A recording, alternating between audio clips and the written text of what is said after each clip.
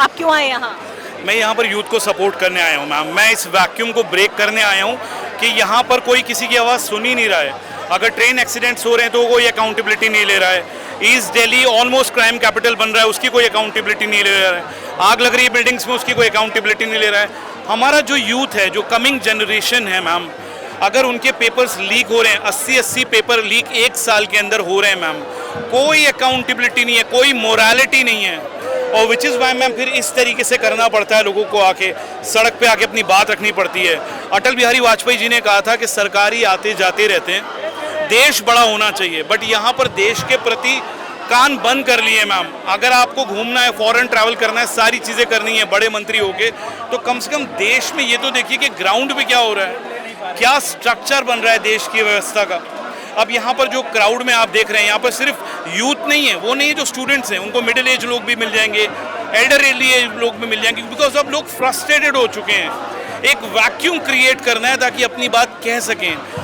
अगर आप कोई बात कहते हैं, कोई शिकायत करते हैं, तो आपको एंटी नेशनल या फिर बोल दिया जाता है ये तो किसी पार्टी का, या तो किसी पार्टी का। तो क्या हम अपने देश के लिए क्या अपनी कोई बात अच्छे से नहीं रख सकते? That's what my question, which is why I am here.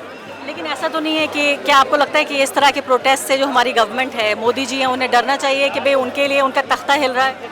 अगर वो सही होंगे तो डरेंगे नहीं, और अगर गलत होंगे, अगर वो चीज़ों को नज़रअंदाज कर रहे हैं, मोदी जी हो या किसी की भी गवर्नमेंट हो, अगर वो चीज़ों को नज़रअंदाज कर रहे हैं, राइट्स को नज़रअंदाज कर रहे हैं, क्या ये बातें उनके कानों में पिछले 1 महीने से नहीं आ रही थी?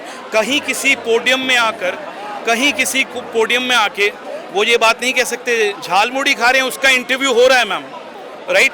कहीं ट्रैवल करने जा रहे हैं, मेलोडी बांटने का इंटरव्यू है, बट आपका यूथ आपके कान में कई बार कह चुका है 80 पेपर्स लीक हो रहे हैं 1 साल के अंदर। आप किसी प्लेटफॉर्म में आकर ये नहीं बता सकते कि मैं तुम्हारे साथ हूँ, मैं तुम्हारा हूँ, सिवाय मोदी जी हो या उनके जगह कोई भी हो। अगर आपके नीचे की पार्टी का एजेंडा सिर्फ कम्युनल हेट्रेड है, सिर्फ मॉस्क टेम्पल, मंदिर मस्जिद है और कम्युनल हेट्रेड है, तो फिर आपके पास टाइम कहाँ पर है?